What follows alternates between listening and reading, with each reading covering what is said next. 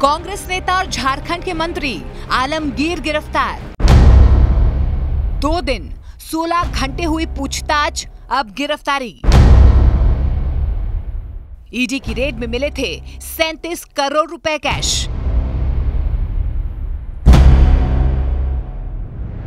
झारखंड के मंत्री आलमगीर आलम को ईडी ने गिरफ्तार कर लिया है। आलमगीर आलम के निजी सचिव के नौकर के घर से 37 करोड़ रुपए से ज्यादा कैश बरामद हुआ था। इसी सिलसिले में उनसे पहले पूछताछ की गई और फिर उन्हें गिरफ्तार कर लिया गया। टेंडर घोटाले में ईडी ने हाल ही में आलमगीर के निजी सचिव संजीव लाल के नौकर जहांगीर आलम के ठिकाने समेत 6 लोकेशंस पर रेड की थी, जिसमें करोड़ों रुपए बरामद हुए थे। इस मामले में ईडी ने संजीव लाल और जहांगीर आलम को पहले ही गिरफ्तार कर लिया था। मंगलवार को ईडी ने आलमगीर आलम से 10 घंटे पूछताछ की थी। बुधवार को भी उससे करीब 6 घंटे की लंबी पूछताछ हुई। ईडी ने दावा किया है कि आलमगीर आलम जांच में सहयोग नहीं कर रहे हैं, जिसके बाद उन्हें गिरफ्तार कर लिया गया। संजीव लाल और जहांगीर आलम से हुई पूछताछ और उनके पास से मिले दस्तावेज के आधार पर ईडी ने कार्रवाई की। ईडी के एक्शन के बाद विपक्ष ने बीजेपी पर निशाना साधा। ये 2 गुजरात के लोग हम लोगों को डराना चाहते हैं। अरे हम लोग बिहारी और झारखंड के लोग हैं, गुजराती लोग से डरने वाले नहीं हैं। आप बताओ, गुजरात के लोगों से डरोगे? अरे ये लोग कितना भी डराए, हम लोग डरेंगे नहीं, बल्कि इनको सत्ता से बेदखल करके ही बैठने का काम करेंगे। प्रधानमंत्री जी भाषण देते हैं, उसके बाद गिरफ्तार किया जाता है, तो इसमें एक राजनीतिक बू आती है।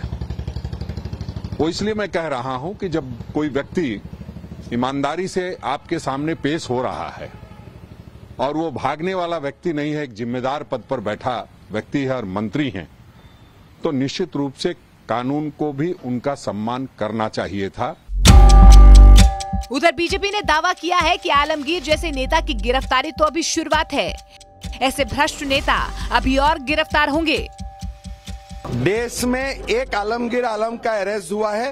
भगवान को प्रार्थना करता हूँ बाकी आलमगीर आलम भी अरेस्ट हो जाए। हमें तो लगता है ये तो होना ही था साहब। एक निजी सहायक के नौकर के यहाँ से जब 35 करोड़ रुपए बरामद होंगे और जैसे मीडिया में खबरें आ रही हैं कि इन लोगों ने स्वीकार कर लिया कि ये आलमगीर आलम के विभाग का सिर्फ 3 महीने का 3.5% कमीशन का हिस्सा था, तो ये तो मुझे लगता है सिर्फ एक शुरुआत हुई है, क्योंकि अभी 4 वर्षों से ज्यादा के कार्यकाल में वो मंत्री रहे थे। तो बाकी जो अरबों रुपए की इनके काले लूट की कमाई है, जैसे जैसे पूछताछ होगी उसका भी खुलासा होगा। लेकिन एक बार फिर से सिद्ध हो गया कि ये नरेंद्र मोदी का न्यू इंडिया है।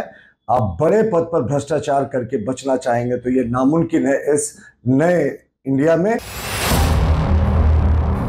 बीजेपी ने दावा किया है कि आलमगीर आलम ही कैश कांड के मास्टरमाइंड हैं। झारखंड में लोकसभा के 3 चरणों का चुनाव अभी होना है।